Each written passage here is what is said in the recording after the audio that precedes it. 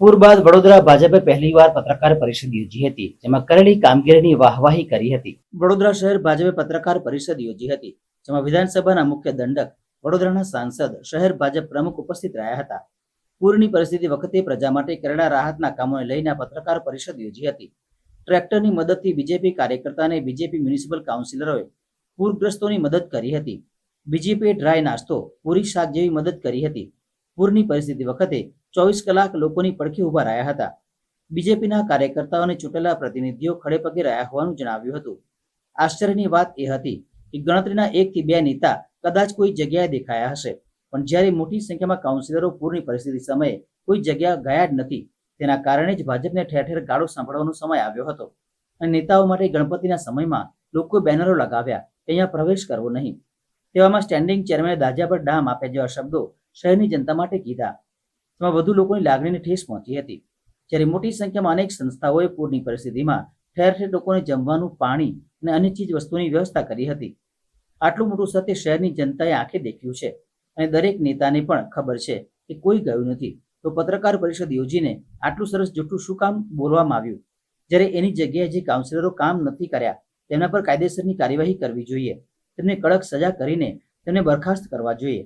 એ પત્રકાર પરિષદ ભાજપના ઉચ્ચ નેતાઓને કરવી પડશે નહીં, તો કોંગ્રેસની જનાક્રોશ રેલી બતાવી રહી છે કે આવનારો સમય ભાજપ માટે મહાનગરપાલિકામાં બેસવું મુશ્કેલ છે. આજવા સરોવરથી જાંબુઆ નદી સુધીના હયાત કાંસદા રિસેક્શનિંગનો જે એક વિષય છે, તે ગયા વર્ષે 22/8 અને 6/12ના રોજ માનનીય ઇરિગેશન મંત્રીશ્રીને મોકલવામાં આવ્યો હતો અને ત્યારબાદ કોર્પોરેશનના તમામ પદાધિકારીઓ અને ઇરિગેશન ડિપાર્ટમેન્ટ સાથેની અલગ અલગ મિટિંગો થયેલી છે. માનનીય મુખ્યમંત્રીશ્રી દ્વારા જે સૈદ્ધાંતિક મંજૂરી આપવામાં આવી છે વિશ્વામિત્રી રિવરફ્રન્ટની, તે 1200 કરોડની છે. પણ ત્યારે પણ માનનીય હર્ષભાઈએ આપને બધાની વચ્ચે વાત કરી હતી કે 1200 કરોડની આ એક સૈદ્ધાંતિક મંજૂરી છે. 1200 કરોડના જગ્યા પર 2000 કરોડ રૂપિયાનો ખર્ચો થશે તો પણ રાજ્ય સરકાર એ કરવા માટે તત્પર છે.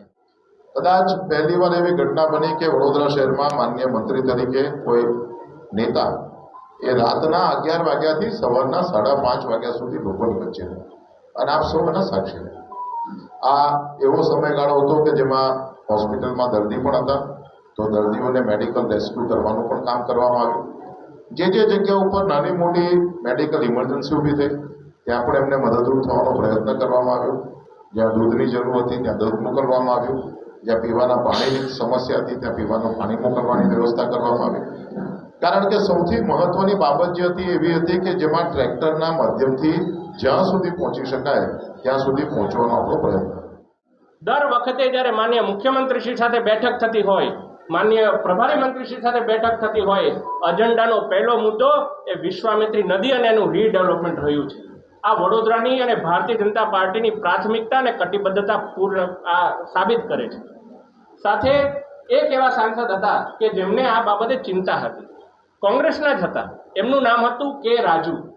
એમણે આ બાબતે ખૂબ ગંભીર મુદ્દો સદનમાં ઉપાડ્યો અને આ બાબતે કીધું કે આ તમને લાગે છે પરંતુ આ આગળ જતાં આપણે ખૂબ નુકસાન કરે છે. મને જણાવતા ખૂબ દુઃખ થાય છે કે એ વ્યક્તિને માત્ર આ મુદ્દો ઉઠાવવાને કારણે બીજી વાર પાર્ટીએ ટિકિટ પણ ના આપી અને આ લોકો આજે આવીને આપણી સામે જન આક્રોશ કરે છે. એટલે મને લાગે છે કે આજે જે પ્રકારનો એક તમાશો થયો છે એ તમાશો ખૂબ જ નિંદનીય છે.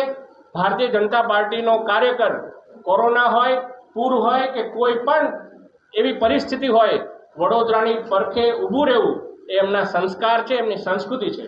બસ આટલું જ કહી અને હું મારી વાતને વિરામ આપું છું.